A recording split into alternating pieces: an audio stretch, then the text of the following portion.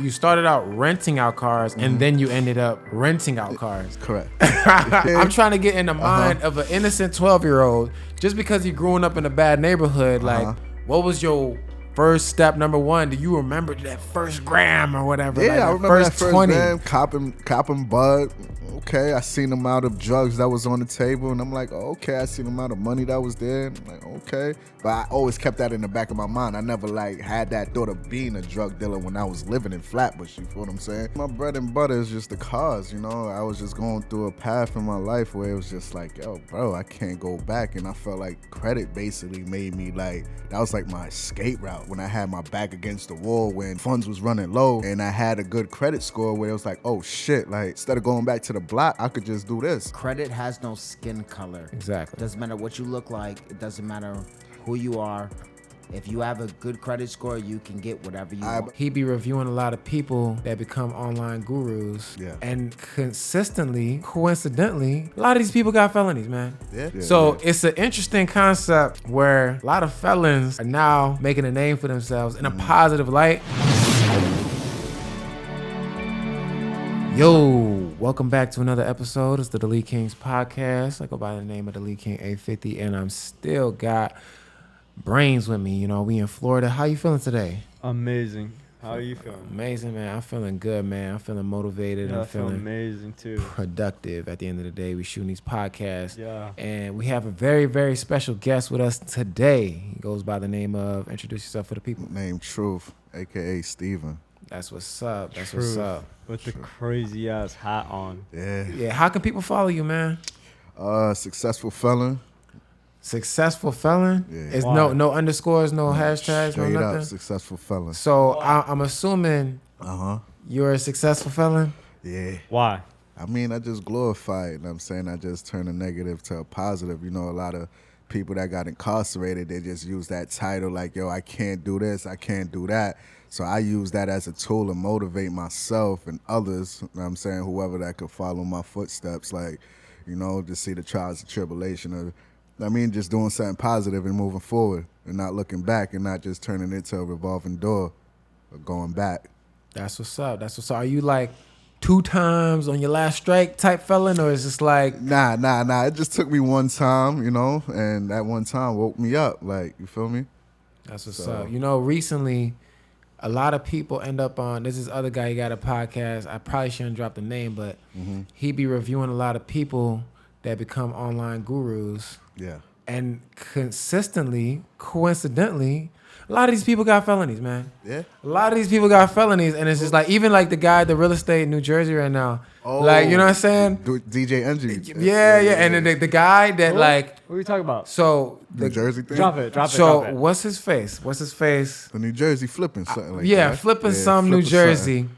Yeah. He had a whole bunch of people believing That's fraud. that That's fraud. That's he fraud. was a real estate just mogul genius type of thing, you know. Yeah. And I'm not here, there's not a podcast to gossip or nothing, but it's just like coincidentally there's like a specific channel or these channels, like they just connect the dots. Like, you guys are believing all these felons. That's a consistent thing. And then these people, they turn their life around, and then they're selling courses. And then they're selling educational, financial advice. Yeah. But so it's a two-way street that I think we can have an interesting conversation on. Okay. You know? Yeah. Because one of my mentors, one of my business partners and mentors, like, who I learned a lot of this credit stuff from, he's a felon as well.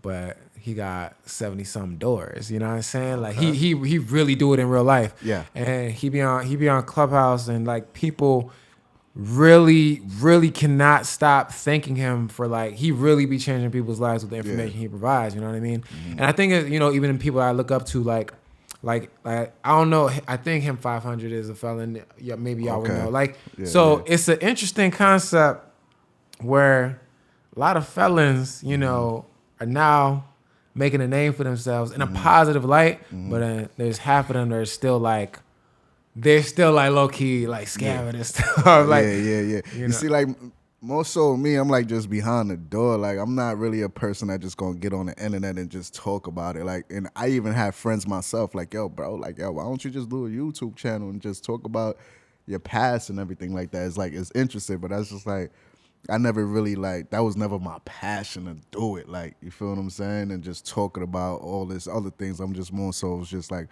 a person that's just dead hands on. Like my partners, like my friends, like people that I talk to every day that I kind of enlighten. You feel me? So they be like, yo, bro, you probably could just help out others by just telling your story. You know what I'm saying?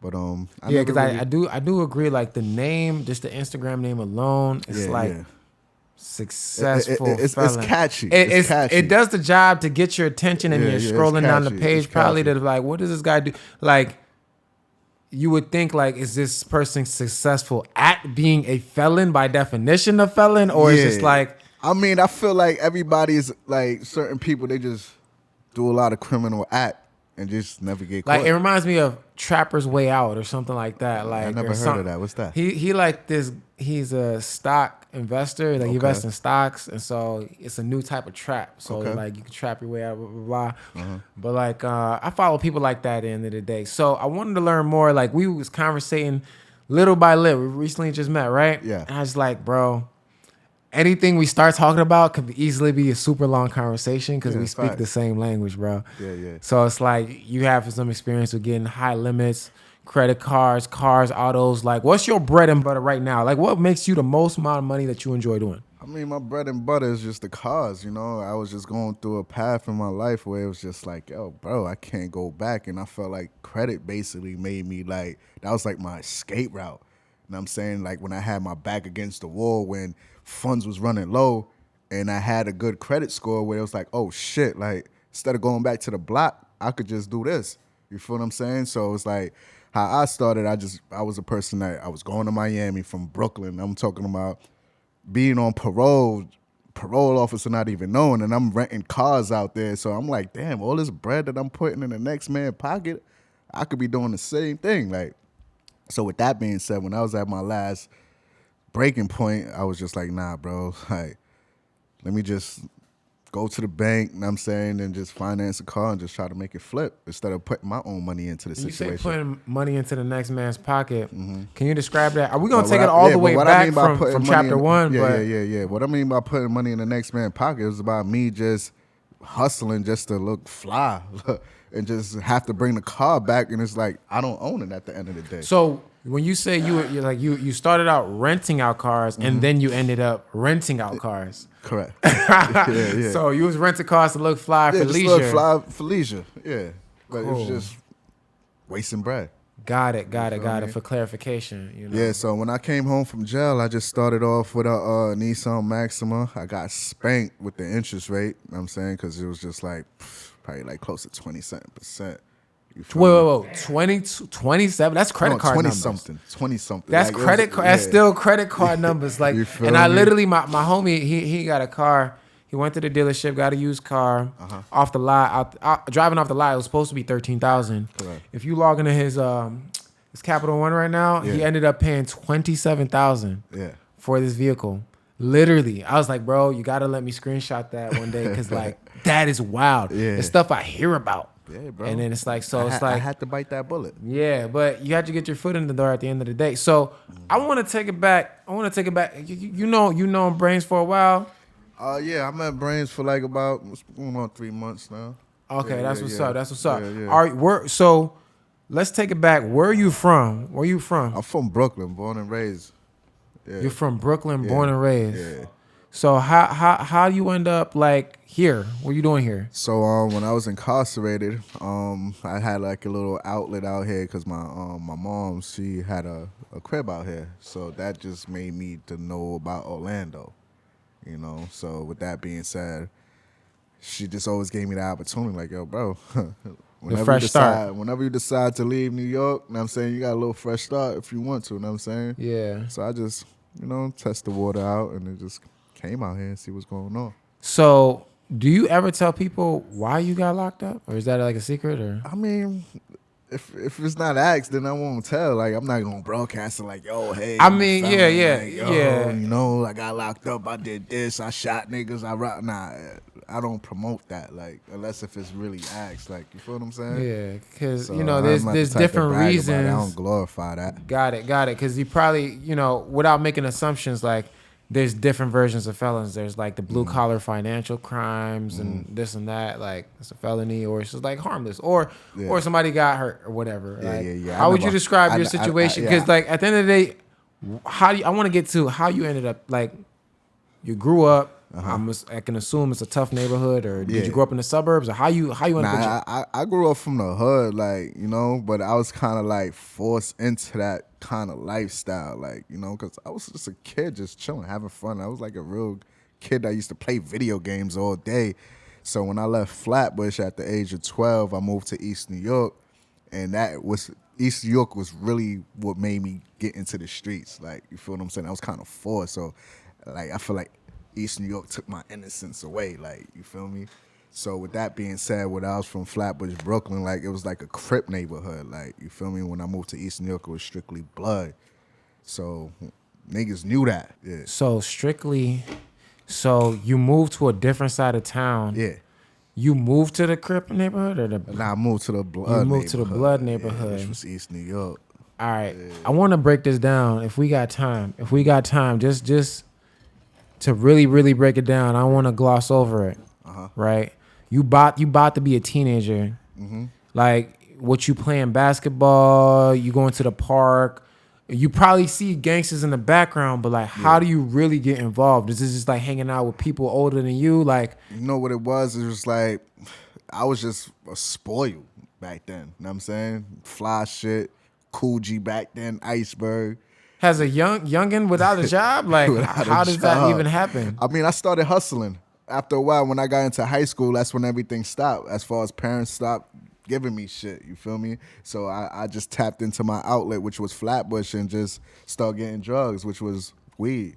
You know what I'm saying? So I was out there hustling. So was it like a big homie that introduced you? Like, it wasn't really a big homie. It was just the outlet that I have out there that I knew back in Flatbush. You know what I'm saying? So I seen an opportunity in East New York where they didn't have certain things that they had in Flatbush that I bought out there. You feel what I'm saying? So But it had to be a specific person that opened the door to get in that industry, right?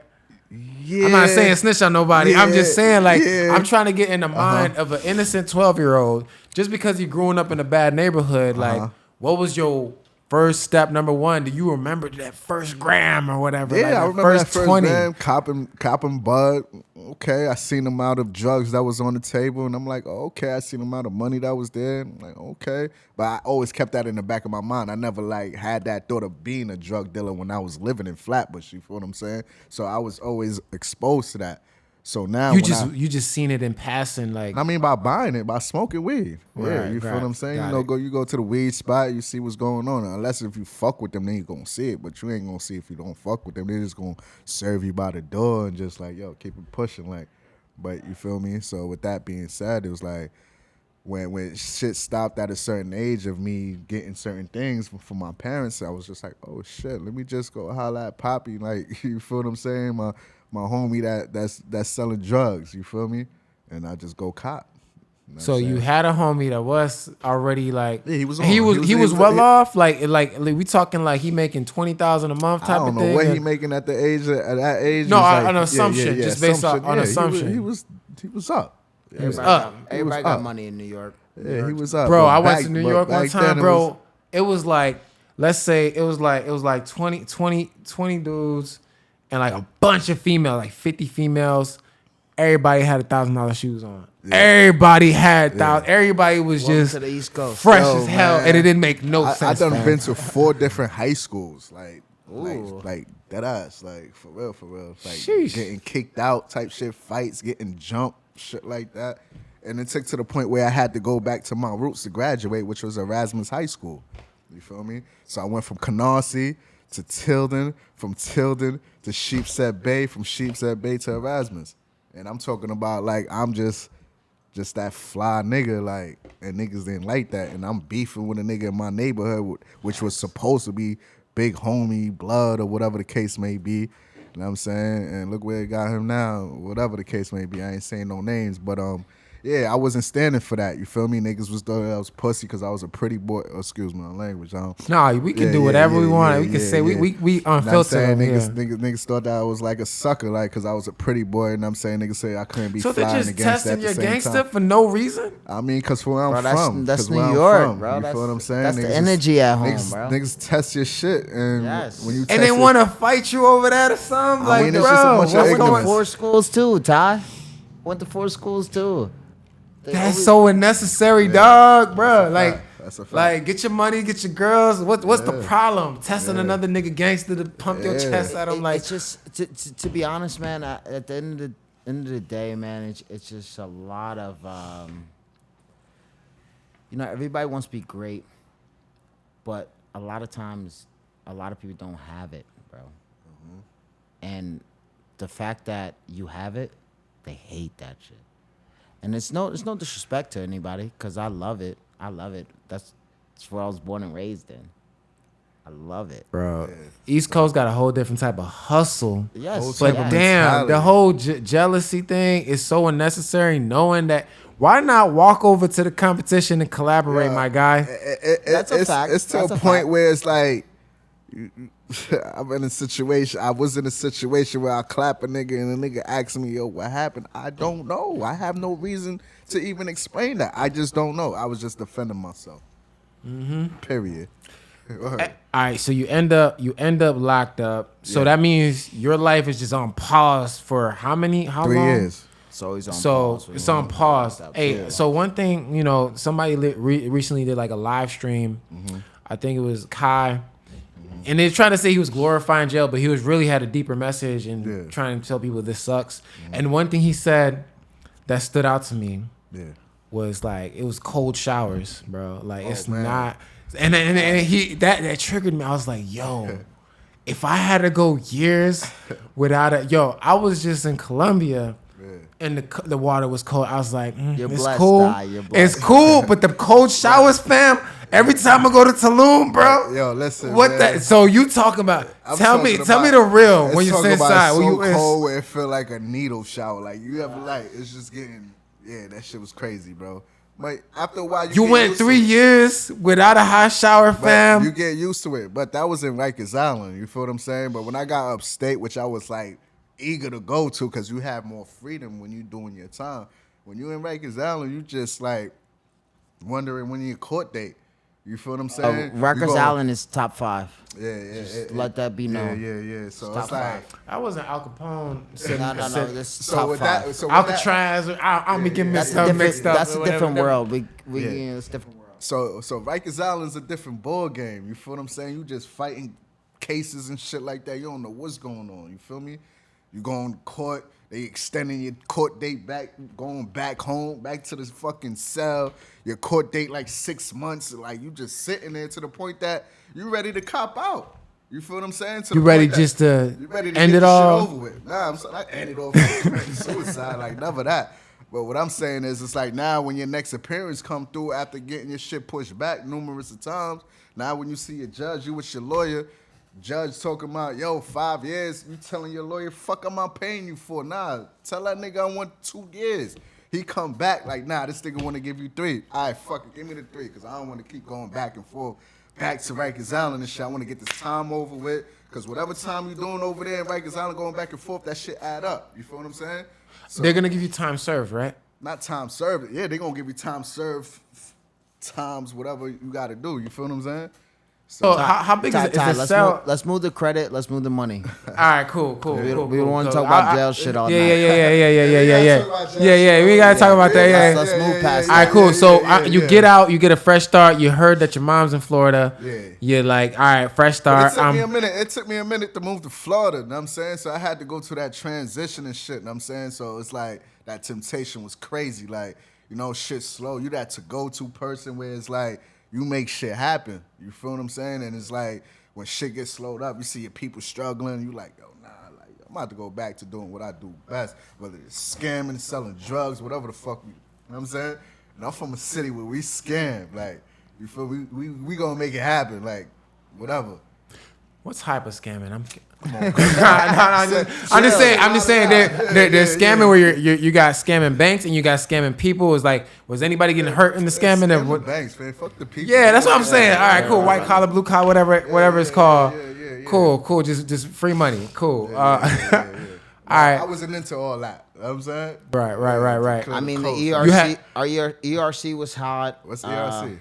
ERC was there was a big thing with the basically you were getting money from people that were if you had employees. Yes, that's some 2020. That's recent. That's recent shit. Yeah. He way in the back. He's way before that. I'm way Before that. That's some new scammers. All right, so it took you a while to get bounced back on your feet to get to you were tempted to go back into that life, but you're like, damn, I ain't trying to get one more strike. Yeah, so I went back and I got caught up by doing some shit, but it was light. But as I got caught up, I was still on parole. So now I had to get a paid lawyer, tell my paid lawyer, yo, listen, keep extending that shit. I'm getting ready to max out. You feel what I'm saying? Which means that, like, yo, my date for parole expires about to come through. Because if I cop out right now, my time on parole going to stop. So which means I'm going to go to jail, do whatever 6 months I got to do, then come back, then that time going to resume all over again. So it's like, shit was crazy. That's what they call post-release supervision. You feel what I'm saying? That's where they fuck a lot of niggas up at with that shit. That post-release. So he was just, hey, so he give me another court date. Give me another court point date. That when I'm going to fucking parole, the supervisor like, yo, listen, what's going on? He's about to max out. Like, figure out what's going on. You feel me? Right. So, it was all strategy. Like, yeah, I be doing that with my with parking tickets and stuff. Like, I get pulled over. Like, are fire, bro. I love parking tickets. Word. Speaking of I got push the court date back, man. I got some moving violation I've been fighting since push it back since 07. Another one. Like, get another court date on there, man. That cop ain't showing up. But shit going good right now. Like, we gonna get to how you got good. All right, cool. I'm going on 9-10 years. I haven't been to jail. Get into it, Ty. Get in. Can we get a, what I'm saying, applause for that, Get into it, Ty. New York, they just passed a clean slate law. You know what I'm saying? So I'm gonna see what's going on. So hopefully I can do the right thing, get my gun license, shit the right way, so I ain't gotta go to jail no more. That's what's up. I'm in a state right now where it's just strictly get into the money, Ty. Did you have anything saved up? Like, how you transition to just going clean, like getting out here? What do you mean clean? Like what? Like clean money. The money you ain't gotta look over your shoulder. You just spend. Like I told you, I started off with credit, bro. That was my straight route. All right. You feel what I'm saying? How you even find out about credit, man? I mean, I've been watching my parents. They were so adamant about paying their bills. All of those struggling. Were your parents well off?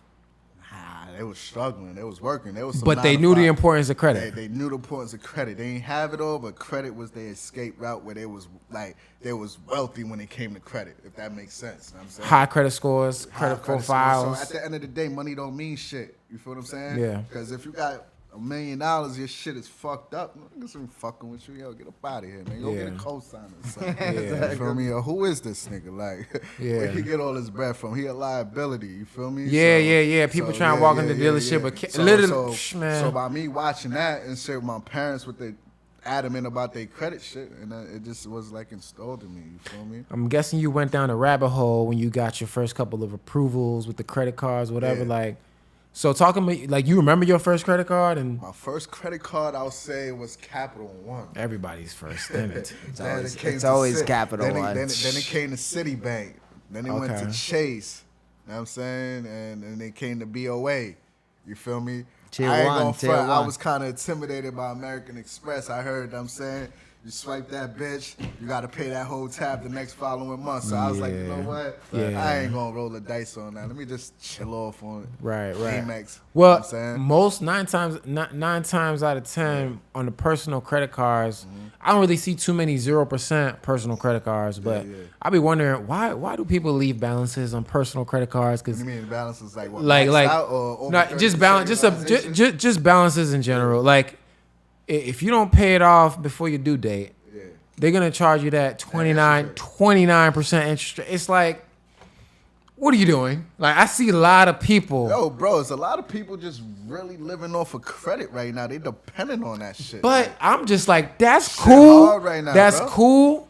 Yeah. But guys, have you heard about business credit. Business That's credit. cool to live off of credit. But listen, but damn, but you personal can't- credit. You can't fault a 9 to 5 to bring them to that business life if they don't have any type of idea. So now Yeah. we're dealing with people that's just 9 to 5. Talk to the mic.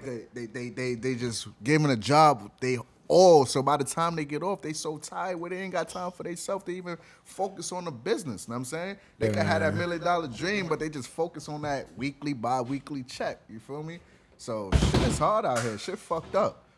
You feel me? Shit Yeah, fucked man. up. I, you know, a lot of people, even trying to mentor people to get into entrepreneurship, they still watching I'm like, this is not hourly. This is not an hourly opportunity. Like, you know what I'm saying? This is a Monday, like the clock just you don't clock in and clock out for this entrepreneur lifestyle, but it's like you still get to work on your own time, you know? So financial freedom as a whole, you know, it's a thing at the end of the day. But like I said, we gonna focus on your story at the end of the day. Getting your first couple credit cards on the personal side, cool. People think you're supposed to keep it under 30. You're really supposed to keep it under 3 if you want an excellent credit score. And it's hard to do that if you don't have no type of business, no type of LLC, which you should get an LLC to work for yourself, even if it's on the side. You know what I'm saying? If you have a 9 to 5, make your 6 to 9 your own LLC that you work for, and then you put yourself on payroll at the bare minimum. Everybody should have an LLC, you know? Everybody should have an LLC. That is a main component worth everything. Facts. Everybody should have an LLC because if you're not working business credit, you're essentially going to run up your personal credit, and then your credit's not going to be perfect. So what I tell all my clients is if you have a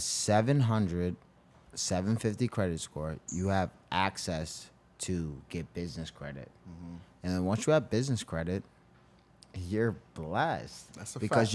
you can max out a business credit card, And that will go on your personal. it will never go on your personal. See, like, I wasn't, like, schooled to that. I was schooled to the personal side because my parents wasn't no business. It was just a 9 to 5, like, you feel me? Facts. So You with got that more being than- said, when I started off with this shit, and I'm saying I did a little LLC shit, whatever the case may be, you know what I mean? So now when I went to these spots, try to go in and deal shit with the LLC, they're like, yo, my nigga, you little fry, you just started this LLC, like, let's see what your personal shit is, like, you feel me? So Right. I was forced to do that, like, you feel what I'm Right. saying? So it's like I jumped into a situation where it's like, you know, that shit hit me, like, to the point like, yo, bro.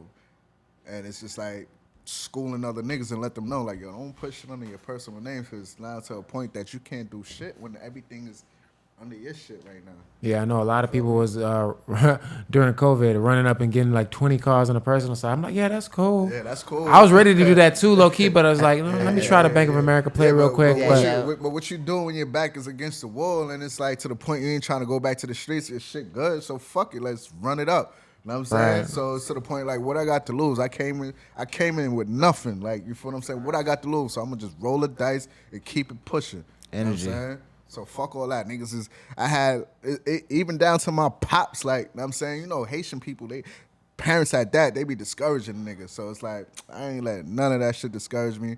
Roll the dice, keep it pushing, cause I could fucking die tomorrow. Yeah, man. I be looking at, you know, one thing, I be looking at people that on Instagram, and when I was learning about this business credit stuff, Yeah. and just credit in general, because Yeah. my mentor was telling me all I need is a 750 credit score, and then run the Navy Federal, get a $25,000 credit card, and use See, that. if I knew all that, Yeah, yo, yeah, but I'll be in the but here's the mood thing. right now, While you know? I'm learning all of that, Yeah, I'm still yeah. scrolling on Instagram, and I'm seeing like all the I guess I don't want to. You can assume they're scammers or drug dealers, but I'm just like, nah, these niggas just got good credit. You know, my mindset shift to stop assuming that people are, you know, scammers and drug. I'm like, it ain't that complicated. I will say this: credit has no skin color. Say it again. Credit has no skin color. Exactly. Doesn't matter what you look like. It doesn't matter who you are. If you have a good credit score, you can get whatever you All right, want. but let's say this though. You could have a motherfucking 750, but your shit is weak as fuck. You ain't got no type of That's a good fact. profile on your shit to the Yep, point. you can have it's it then fluctuated credit, so it's like it's nothing. You feel what I'm saying? So you gotta have. So for example, right? I had the S580, paid it off in 2 months. Went to a bank to go back out 6 cars. It was like, yo, get the fuck out of here, nigga. You paid it in 2 months. They want to see history. Yeah. They don't give a fuck how you pay that shit, how fast That's you a pay fact. it. They want to see longevity. They want to see a year or two. They don't give a- 100%. That shit don't hold no weight when you pay a car off within 2 years. 2 months. Yeah, yeah. Even one of the credit unions that financed one of my vehicles, I think in the fine print they said like, don't pay this off before they 4 not- months. they Before not benefiting off the yeah, interest you can't rate. pay it off Nah, before man, 4 months, you and don't wanna then pay it off too fast. yeah, so like 4 to 6 months, I'm gonna put it in the personal name or whatever, or the business name, or so I'm messing around with it to the point I can just build up my auto FICO scores and all of that stuff. But yeah, we gonna get into like how you acquired the car. So you get a couple. You have more than one LLC these days, or just one? I got 2. You know what I'm saying? I fucked one up, but reopened them. But it's all good. No, you got LLC and you're building business credit. Did you do all the net 30s and stuff like that? Or? I did a net 30, then I just got lazy with it, like just fucked it up. Yeah. That's cool. That's cool. Just do So it all now your main business. Talk about your main business. Like you use like this main LLC and you're acquiring the cars with that business, or talk about it. Everything was just personal, bro. Okay. Yeah, so it's to the point that when it was just so fresh, where it was just like, yo, bro, nah, you gotta just boost your shit up before you pull up and just conduct business. You feel me? So everything's on a personal side. So once everything is done and said, like, oh shit, let's get this nigga 100K, 250, 500,000. You feel me? Right. Yes, sir. Got it. And I know we was talking earlier. You were saying so. Like, you got some business credit cards at this point? Yeah, Chase. How much they gave you at Chase? You Chase, don't have to that's say all. you don't Yeah, you don't have to say it, but yeah. but is it good, or is like what's your relationship with Chase right now? I had a long relationship with Chase to the point where on the personal side, they boosted up to like 14K, which is light. You know what I'm saying? Got it. Yeah. Yeah. Chase, man. Me and Chase have a special relationship. You feel me? Ty, you better stop it. You know Yes, I'm the Chase plug. Yeah, man. Didn't you have an interview with Chase? Cause you was, Yeah, I had an interview with Chase. he 'cause connected with Chase. Okay. Like I got man. so in with Chase. I got a bone to pick with Chase. Tell JP Morgan to holla at me. hey, I ain't gonna lie. One time they shut like down. how- yeah. One time they did shut down my cards one time. And I had to call a couple times Yeah. because I was wilding. I ain't gonna lie, I was on Saks Fifth, going crazy. But like we talking about 106,000 With in Chase? credit cards With Chase? that got just shut down. I was like, Okay. ma'am, these are real transactions. I don't know what's going on. My bad. Blah, blah, blah. Who I'm was doing you a bit- liquidating with? No, you I was just trying liquidating to. I was trying to grab some it was expensive coat at Saks Fifth, but it was for business purposes. Okay. It was for wrote business. that shit Everything I could. It was literally, but you don't want to be doing that, y'all. You don't want to be. You don't want to be going to these designer stores. Yeah. I even learned.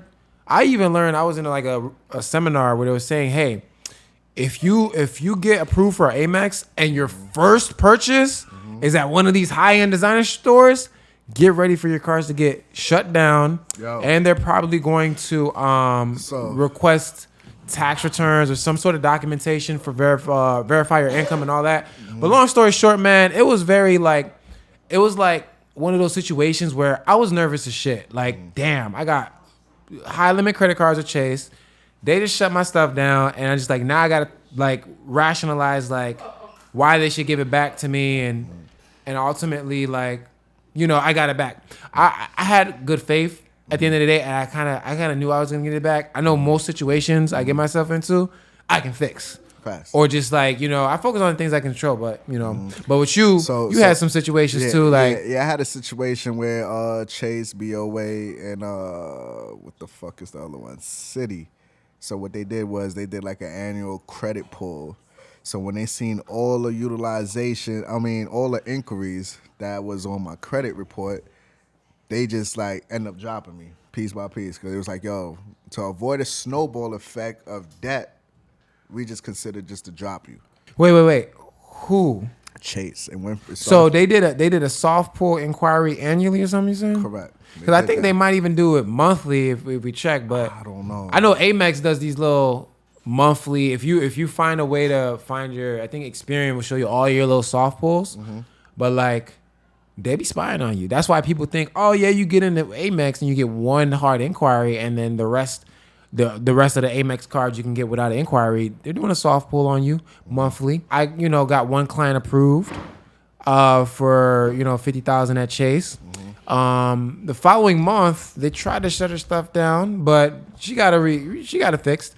But it was just like, oh yeah, I had another client who had the same issue where they got him approved because my guy, he gets the job done. Okay. But he did have a thin profile. He had a super thin profile, and it's just like for some reason I guess they pulled it the following month when he was trying to use his card and it wasn't working. It was a slight issue, but it's like. So they be spying on you in the back end. All these unauthorized soft pull. A pull is a pull. If somebody punches you in the face, soft or hard, it's a punch in the face. So it's kind of like to the point. It's kind of messed up. It's kind of messed up at the end of the day. Like, yeah, your credit, you should have access to it. Like these banks, they'll put you in a harder situation all of a sudden. You know what I mean? Like because. Yeah. Like you think you have in this line of credit, and they want to cut your line of credit short. Like they drop your limit down to your current balance. Like it's crazy. I have an Apple Card right now as we speak. $8,000 limit. I had a balance of $15,000, and they just did another bullshit pull with $1,500 or $15,000. No, $1,500 balance. Yeah, $1,500. Yeah. So now October that just passed. I just got a letter indicating that. We did a soft pull, inquiries, excessive amount on your other creditor. I'm like, yo, the fuck does one bank has to do with another? I'm paying y'all niggas on time. I just paid y'all niggas $6,500 over 3 months ago and clear off my balance to bring it back at zero. I just owe y'all $1,500. So with that being said, they dropped my balance to $1,500, making you maxed out on one credit card, which affects your whole credit score. Then the other bankers get nervous. Like, know what I'm saying? So crazy. So now I call them up. I'm like, yo, what's the issue? Like, they was like, yo, you was over 30% utilization on your other cards. So I'm like, isn't that what's supposed to credit card's supposed to be? You use your card and you pay it. Like, I'm in good standard with y'all guys. How y'all treating motherfuckers that's late on payments and y'all just give them that opportunity to still continue on with y'all when me, on the other hand, I'm paying y'all monthly. You feel what I'm saying? So you mean to tell me if I had a zero balance, that would have just cut me off, period. Right. So it was just That's why, I tell people, yo, get above the 750, get above the 800, and stop using your personal credit. It's just ridiculous. Absolutely. Like, even every time I do a consultation, I look at it, I'm like, what could they possibly have purchased? But it's like, it's from my perspective. And then I got to coach them. I'm like, I find out, okay, she spent it on a vacation. It was blah, blah, her birthday. And like, people take out loans for just like, vacation. I'm not really into purses and this and that, but I had to do this vacation, or I had to, like, I'll be like, were you spending money to make money? Anytime I see a whole bunch of credit cards with large limits, I'm like, this must have been an investment. And I get nosy. I'm going to ask you, what the hell is this? Fact. Like flat screens, furnitures, and purses, like fam, like personal, like don't be a consumer. Don't fall into that trap. I know it's easy to, but ever since I had my first credit card, I never swiped for nothing I couldn't pay off that same month or within 3 months based off of my actual income. Yeah. Right. But at the end of the day, that's why, everything on the personal side is a charge card to me. You gotta pay it off in 22 days. Don't leave a balance on it. Keep your utilization at 3%. No, I keep mine at 0 point something. Okay. I use one credit card, and I hate using an Apple Card. But I recently started using that now because I can just like move my phone near the, this. So but Apple Card's worst personal credit card you can use because they just report whenever they feel like it. Unless anything has changed, I don't have no set reporting date. It's kind of stupid, and now I can't really time it to pay it off on time or whatever. But I like to use other, personal credit cards better. But long story short, I can get into that long story. Yeah. But long story short, business credit is where it's at. If you can get higher limits on the business side, higher utilization on the business side, and then avoid using your personal credit for anything besides food and gas money, right? Clothes, whatever, or if you're really just using it for personal expenses, cool. But outside of that, man, 0% is the name of the game. Like, I don't even think there's many personal credit cards that are at 0%, but you were able to get how many vehicles in your fleet right now? Like, how long ago did you even start your fleet, and why did you even decide to get in your fleet? Got 6 right now as we speak. Yeah. Cool. What was your highest that you ever had? The highest was the 130. For the auto loan amount, but the amount of cars you're at the highest right now. I'm at close to 350. 350 in cars. Yeah. Okay, that's what's up. What is like? How's it been going? How long have you been doing it? Going on 2 years now. Going on 2 years now. When you started, like, what were some things you had to learn that the whole world needs to know? Hey, by the way, look out for this when getting started because I kind of messed up. You were. So the main thing to look out for is just the monthly. I would say anybody that's trying to join into this car business, don't go over 500. You know what I'm saying? Because me, I just done on the note. On the note, correct. You know what I'm saying? So with me, what I'm focusing on more as opposed to the daily, I'm more focused on weekly rentals, weekly clienteles. You feel what I'm saying? So I got a special where I'm just doing 500 a week. Niggas hit 500 a week? Oh, shit, let me get that. You feel what I'm saying? So it's like, with that being said, everything else will be profit. The first week, your monthly payment is paid off. Everything else is strictly profit. So that's $1,500 right there on one car. You feel what I'm saying? You doing strictly economies?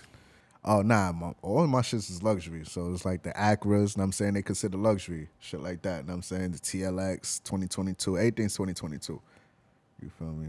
That's decent. Yeah, everything 2022. You got the Beamer? Yeah, I got the Beamer as well. Yeah, 2022?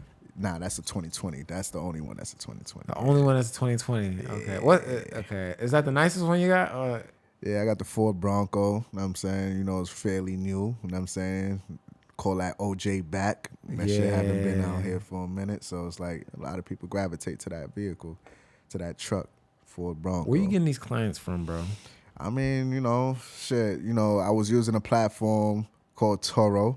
And with that being said, they slowed up. They start taxing the customer to the point that when it's time for them to check out, they on some shit like, damn, I like this car, but the fees is just killing us. Like, you feel me? So they got the underage fee. They got the last minute rental fee. Just a general Turo fee. The airport fees on top of the fees that you got to do the transportation to do it, because you're not trying to drive a car to them for free. So because you got to Uber back and pay $50 to get back to the crib. You got to have one of your friends drive your other car to and get then to pay that them a little $20 if you you. Feel what I'm saying? Yeah. So it's like with the airport fees itself, it's just forcing you to take off your delivery fee because 5 minutes.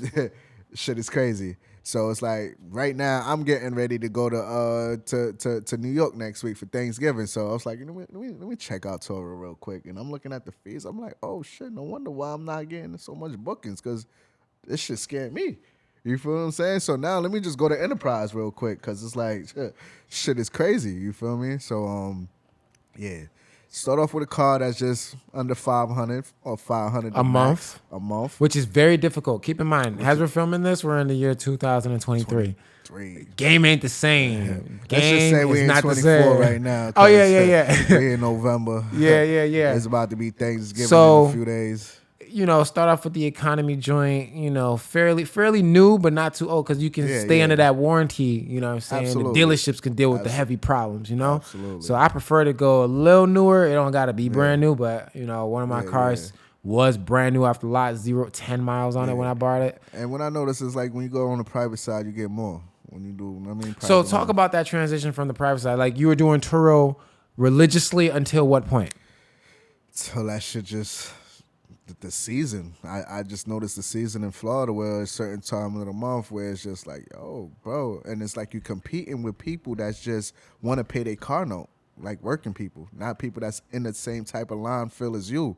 So it's like now you got a motherfucking Acura TLX 2022 and you got a 9to5er where it's just like, yo, I love this car. Let me just put it on Turo so it can pay his car note. But now I'm going to post it for like $40 where you got your shit for like $100. So now it's like niggas is going to the niggas that's charging $40. So now you're forced to drop your numbers down. You feel what I'm saying? So with the private side, going private is just more beneficial. So Okay. that's why I said keep your note at 400-500 max. Okay, so talk to me about literally step by step. You made a decision to go private. I literally just made the decision. I've always my business plan involved me going private.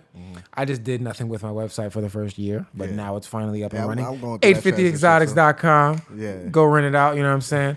But let's talk about from the moment you made the decision to go private. What literal steps did you take to make sure like? Because Turo, that's the training wheels. Like, they got your back if some, it comes back with a scratch.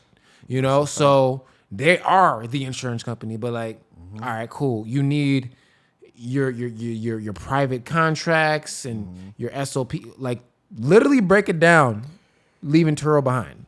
So what I learned from renting from other people when I was renting cars from the first time, so I picked up on game. For example, you got a Geico. So they were like, you know what? I want to get this Corvette. I had, for example, a Nissan Maxima at the time. So my premium is a little low compared to a Corvette. So what they have you do is you just contact your insurance company and to up your premium or the collision for X amount of days. So with that being said, now I up my premium. So for example, I got the car for a week. I up the premium for a week, and that's it. Whatever happened to that vehicle goes under their coverage. And that's that. So you require your renters to have their insurance. own insurance. They have their own insurance. And based off of the level of the car they actually want to rent, like you just call their insurance company and say they got to up their premium so to make sure it's covered. Yeah, you know what? I'm renting a vehicle, or not. Don't even tell them you're renting a vehicle, because that's just gonna just for example, you got Geico and they got Geico. So this customer is renting a vehicle, huh? So now that's putting your policy in jeopardy, because you're not supposed to have your car going out for rental purposes. You feel what I'm saying? So you give your customers the script. Correct. Put this license plate, this whatever VIN number. This VIN number, this policy number, not the policy number, this the VIN number. Just give them the VIN number. Yo, I'm holding my friend car for X amount of days. I just wanted to add it onto my policy just in case for any type of collision damage, God forbid. Okay. Yeah. That's like, is that in the form of an automated text, or are you giving this speech out to every client? It's an automated text. Oh. Yeah, automated text. I ain't got time to talk to it. You feel me? Like, yo, listen, this, that, and the third. Unless, you know what I'm saying? Because I have a lot of word of mouth customers that comes to me, or a friend of a friend know me and just like, yo, I need a vehicle. So, yo, listen, does he has insurance? He don't, then he can't rent. Got it. Yeah.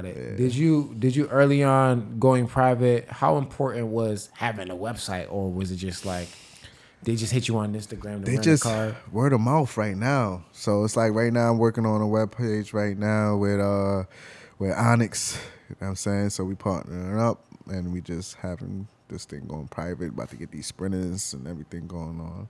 Sheesh, you got to collaborate on that, man. OnyxLux.com. Onyx Lux Rental. Cool. So you've been able to just survive off of word of mouth. A lot of clients just coming back. I've been in it for 2 years, so so I got repeating customers from Toro, And, okay. Okay. And then at the end of the day, like, have you had to spend any money on ads? Like, it doesn't get slow on the private side? Everybody need a car, so it's like, yeah, I haven't really been slow since I went private, since I've been word of mouth. You feel me? So I got a lot of people that just got cars that don't have any cars, and they just want to get around. You ever had a repo car? What's the worst story? I never had a repo. Nah. What's your horror story? What is the worst thing that happened in the last 2 years when you rented cars? Recently, what happened was I rented a car to a friend of a friend that referred me to that friend. Come to find out, I was calling him. He was not answering the call. So I was like, you know what? He's supposed to be returning the car within 2 days. So I'm tracking the vehicle. You got trackers in every vehicle, right? Yeah, so I'm tracking the That's vehicle. what's up. I'm like, yo, what the fuck is this nigga at? I found where he was at.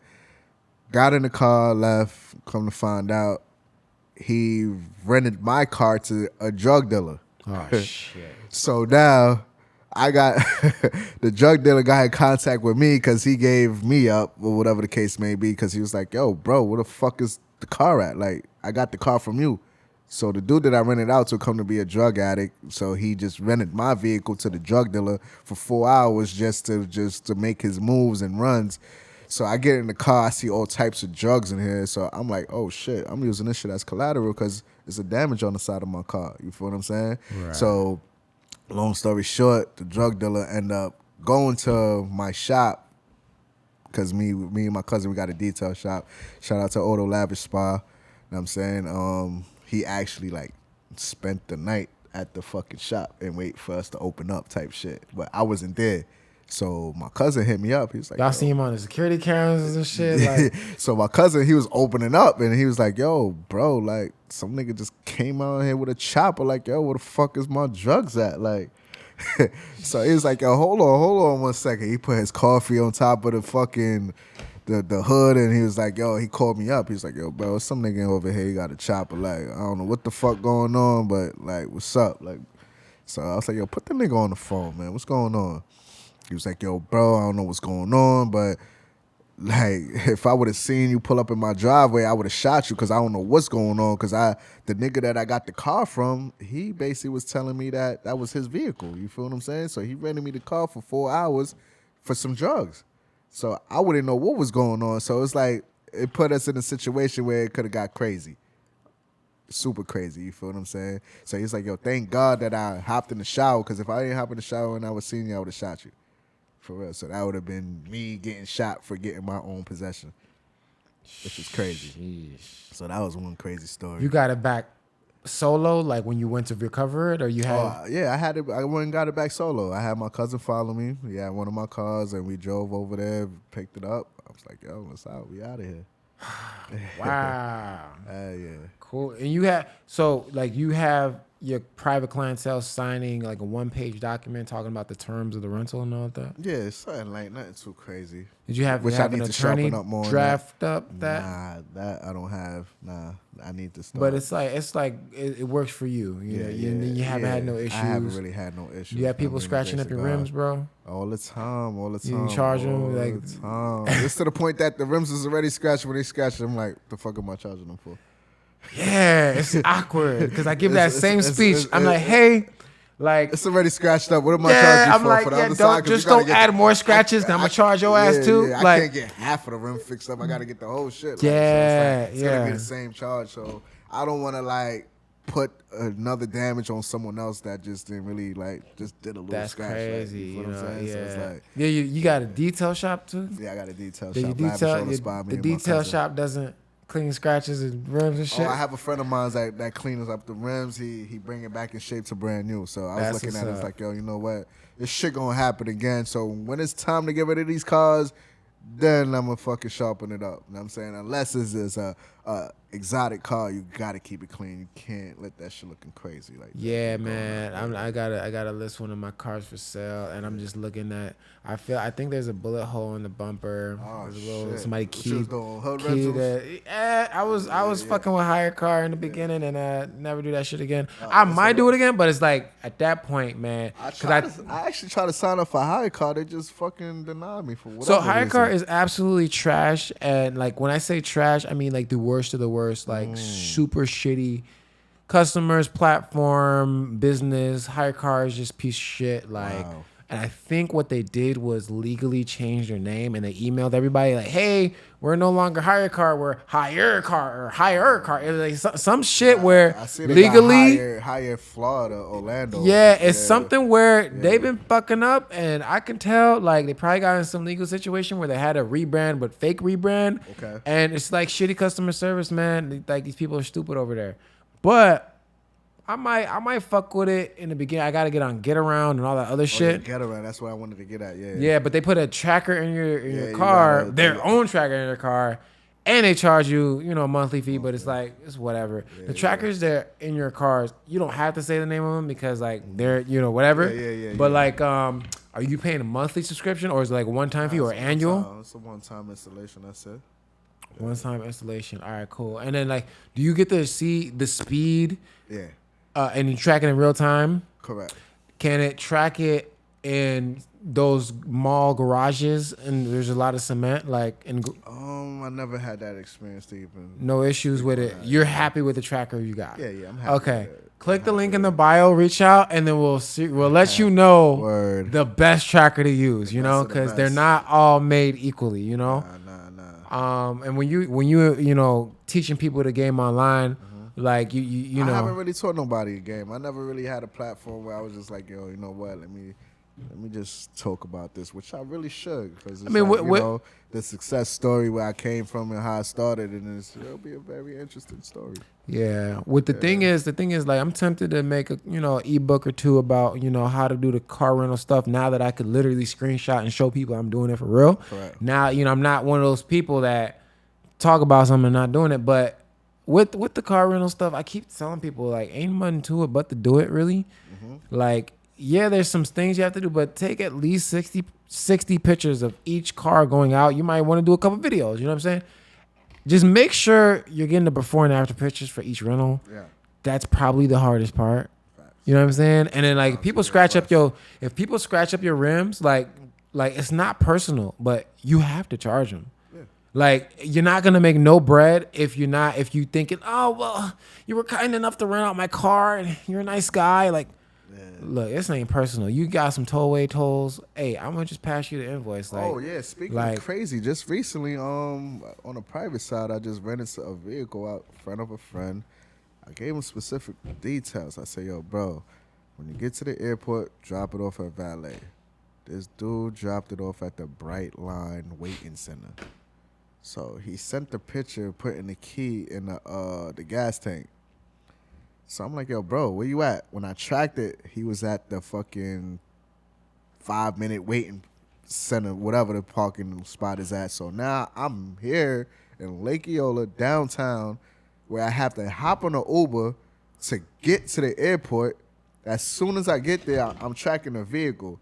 So one of the trackers in the vehicle, like on the app, you can actually see footages. Like, it takes pictures, like a 360 surrounding. No, you got the best tracker I heard of. You didn't give me the name of that off camera. No, it's not the tracker. It's the app itself with the car that comes with the car. This was the Kia Sorento. So they got an app where you could just capture photos, like a 360 surrounding. Sheesh, I thought only Teslas did that. Bro, I got a footage where you actually see the tow guy just towing the vehicle. Oh shit. So I called dude up. He's not answering. So I finally get to the airport. I had a friend of mine. He was just in the area because he be doing cab driving and shit like that. So I hit him up. I'm like, yo, where you at? He's like, I'm actually at the airport. I said, yo, come pick me up. I'm over here by the Bright Line station or whatever. For those that don't know, Orlando got a Bright Line station where it goes from MCO to Miami. So now, that's like a fast train or something? Yeah. Oh, I'm about to try that. Yeah, it's fire. It's dope.